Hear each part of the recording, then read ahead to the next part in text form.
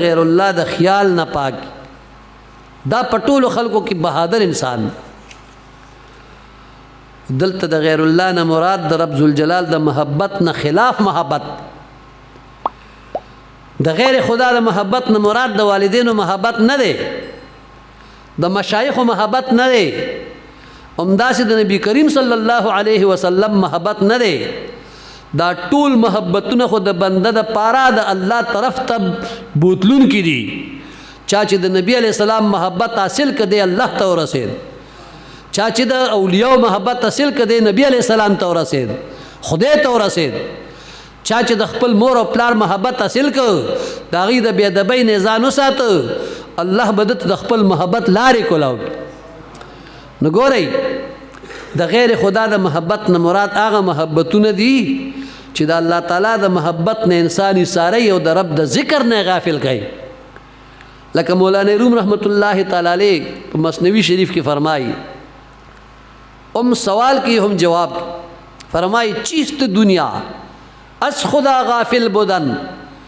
نیک ماشو نقره و فرزند و زن اغا مبارک فرمائی وی دنیا سشید دا استفهام دے سوال اس جواب کئی پخپل جواب کی از خدا غافل بودن دا اللہ نا غافل کی دل دنیا دنیا سشید وی دا اللہ نا غافل کی دل دنیا نیک ماشو نقره و فرزند و زن دا سپین زر او سره زر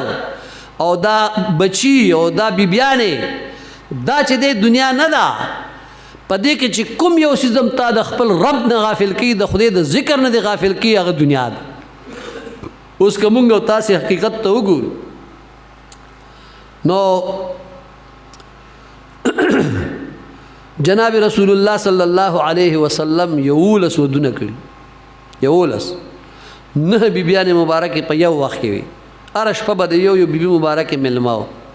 په دې بیبیان مبارکو کې د دوه بیبیانو اولادم پیدا شوه سلور لونه مبارک دو زامن مبارک دا درې زامن مبارک چې د عقاید جهان صلی الله علیه وسلم د بیبي خدیجه رضی الله تعالی عنها د بطن مبارک نه دو زامن او سلور لونه پیداوي او یو زوی مبارک د بیبي ماری قبطی رضی الله تعالی عنها د بطن نه پیدا چاغه د مصر مقوقس بادشاہ نبی علیہ السلام مبارک ته دغه بیبي په توفه کې را لګلې و دا دوه خويندې وي د یو سیرین نامه وا د بلې ماریا نومو دا دواړه د قبط د قبیلې وي د مصر او د نبی علیہ السلام ته په توفه کې را لګلې وي کله چې نبی علیہ السلام د اسلام دعوتنامه ورته ولېږله نو هغه یو دلدل دوه د جاریب جنکۍ آزادې جنکۍ او وسره نور ډېر قیمتي سامانونه د نبی علیہ السلام ته په توفه کې راولېږل نبی علیہ السلام مبارک دا یو بیبي چې مسلمانه کا ماریا قبطیه د پنیکا واغسته د مؤمنانو مور وګرځیدا رضی الله تعالی عنها او هغه بل بیبي چې ول د خور سیرین هغه یو صحابي مبارک ته پنیکا ورکه مسلمانه کاغه ته پنیکا دارنګي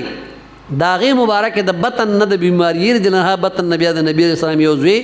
سیدنا ابراهیم رضی الله تعالی عنہ پیداش او کم چې دو زامن د نبی رسول الله د بی خدیجه رضی الله عنها د بطن نه پیداو نو د یو نوم حضرت قاسم رضی الله تعالی عنہ ځکه نبی رسول الله ابو القاسم صلی الله علیه وسلم وای او دویم چې د په دوه نمونه یاره طاهر او طیب دواړو باندې دا د یو زوی دواړو نمونه نو دا دو زامن او سلولونه بیبي زینب رضی الله عنها بیبي رقیہ رضی الله عنها بیبي ام کلثوم رضی الله عنها بیبي فاطمه رضی الله عنها دا سلولونه او دو زامن د نبی رسول الله بیبي خدیجه رضی الله عنها نه پیدا نو غرض مې د خبره داره چې نبی کریم صلی الله علیه وسلم داغه مبارک بیبیان هم وي داغه مبارک بچیم خود خپل رب د محبت نه او د یاد نه د طرفه العين د سترګې د رب په مقدار مغه مبارک غافل کړي نه دي نو تعلق ور سره ساتل دي کن اومدارنګي صوفیای کرام ته وګوره چیرې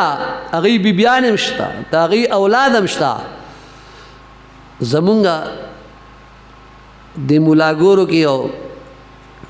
حاجی دادولی صاحب نومو د شیخ ګل صاحب مبارک د زوی خرابو ډېر مبارک سړی و هغه ډېر خوشطبع و یو ځل یې ما ته ووی چې خادم صاحب ما ورته جی و یو زمونږ په دې ملاګورو کې په لوړه مینه کې ظفر الله خان شیخ دی او یو ته ظفر ګل خادمې نه ستاش په پکور کې راځي او نه د ظفر الله خان شیخ پکور کې شپه راځي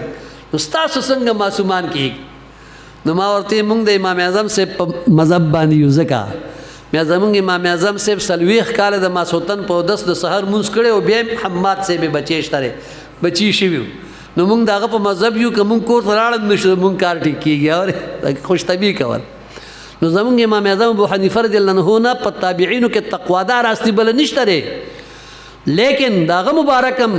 بیبي وو بچی وو هغه مبارک به د کپړې کاروبار هم کولو او دارنګي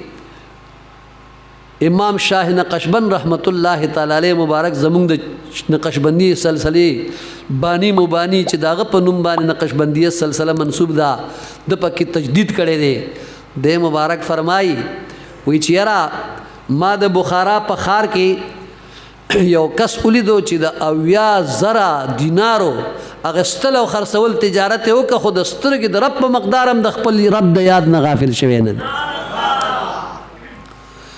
نو مطلب دا دی چې اولیاء کرامو صوفیه کرامو هغوی چې دی نو هم بچي شته د هغوی مطلب بیانې وي خو هغوی د الله تعالی د یاد او د ذکر نه غافل کړي نه دي دا صوفیه کرام دي چې په خپلو زړونو پیرې مقرر کړي دي او په زړونو کې د الله پاک او د رسول الله صلی الله علیه وسلم او د نیکانو د محبت نه بغیر د غیر الله محبتونه نه داخلي دا شان د صوفیه کرام همداسې غوث پاک رحمت الله تعالی په فتوح الغیب مقاله نمبر 60 کې یعنی شپېتمه کې فرمایي چې الشرع يهذب الظاهر والتوحید والمعرفة يهذبان الباطن هغه مبارک فرمایي چې شریعت ظاهر د انسان خیسته کوي